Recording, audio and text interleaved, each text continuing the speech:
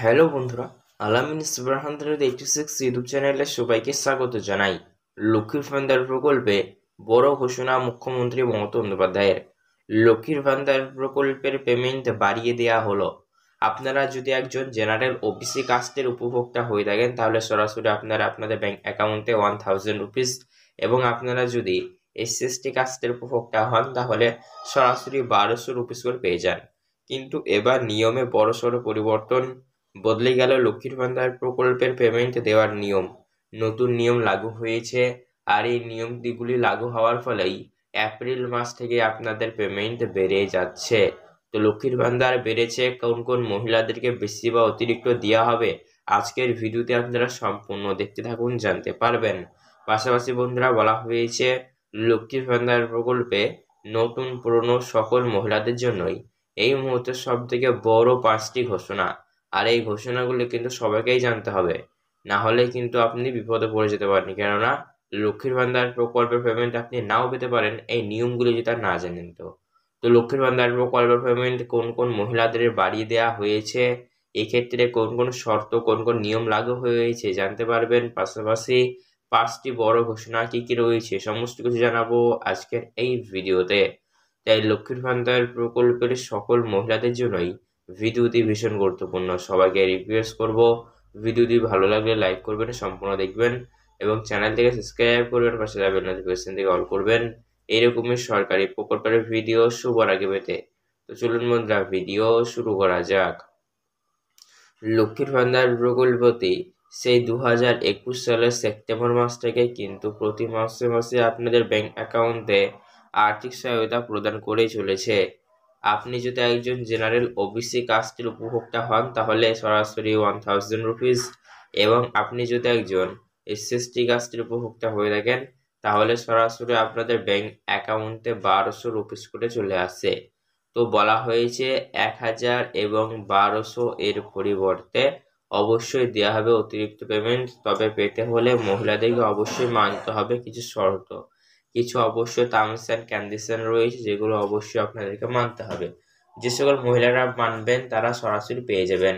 তো আপনি একজন জেনারেল ওবিসি কাস্টের মহিলা ধরুন, ঠিক আছে, প্রতি মাসে মাসে আপনার ব্যাংক অ্যাকাউন্টে 1000 রুপিস করে ঢুকে যাবে। তো আপনাদের মধ্যে যে সকল মহিলারা বিগত মাস বা অন্য কোনো মাসে লক্ষ্মীর ভান্ডার প্রকল্পের পেমেন্ট পায়নি, লক্ষ্মীর ভান্ডার প্রকল্পে কিন্তু প্রতি মাসে মাসে পেমেন্ট দেওয়া হয়। কিন্তু বন্ধুরা, দেখা গিয়েছে বিগত বেশ কয়েক মাস ধরে কিছু কিছু মহিলারা লক্ষ্মীর ভান্ডার প্রকল্পের পেমেন্ট পায়নি, ফলে তারা অফিসে গিয়ে কিন্তু তারা কমপ্লেন রেজিস্টার করেছে। যার ফলে বন্ধুরা, যে যত মাসে লক্ষ্মীর ভান্ডার প্রকল্প পেমেন্ট আপনাদের ডিউ হয়ে রয়েছে, আপনাদের দুশ্চিন্তা করবার কিছু নেই।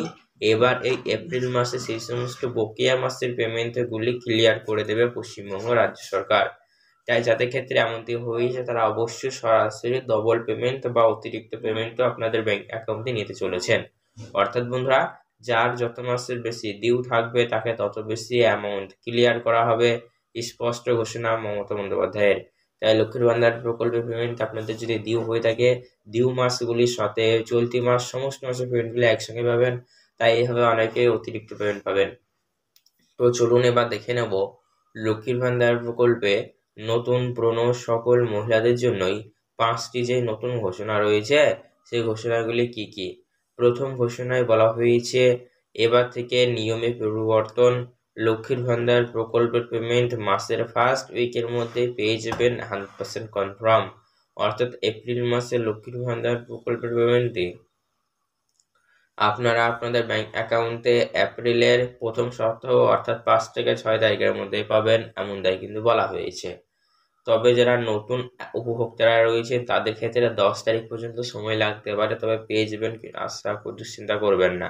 যদি আপনি আপনার মোবাইল নাম্বারে SMS পেয়ে গিয়ে থাকেন যে আমাদের আবেদন অ্যাপ্রুভ হয়েছে বা আইডি নাম্বার লক্ষ্মীর ভান্ডার প্রকল্পের, তাহলে তো কোনো সমস্যা নাই, এপ্রিল মাস থেকে আপনি পাচ্ছেন, ঠিক আছে। তার পাশাপাশি বন্ধুরা, বলা হয়েছে লক্ষ্মীর ভান্ডার প্রকল্পটি এবার থেকে শুধুমাত্র 25 বছর থেকে শুরু করে 60 বছর বয়স এর মহিলাদেরকে শুধুমাত্র আর্থিক সহায়তা প্রদান করবে। কিন্তু যাচাইকরণ বা স্বচ্ছতা আনার ক্ষেত্রে যে ভেরিফিকেশনের কাজটি শুরু হয়েছে সেখানে দেখা গিয়েছে বহু সংখ্যক মহিলাদের বয়স এখন বর্তমানে 60 বছর পেরিয়ে গিয়েছে।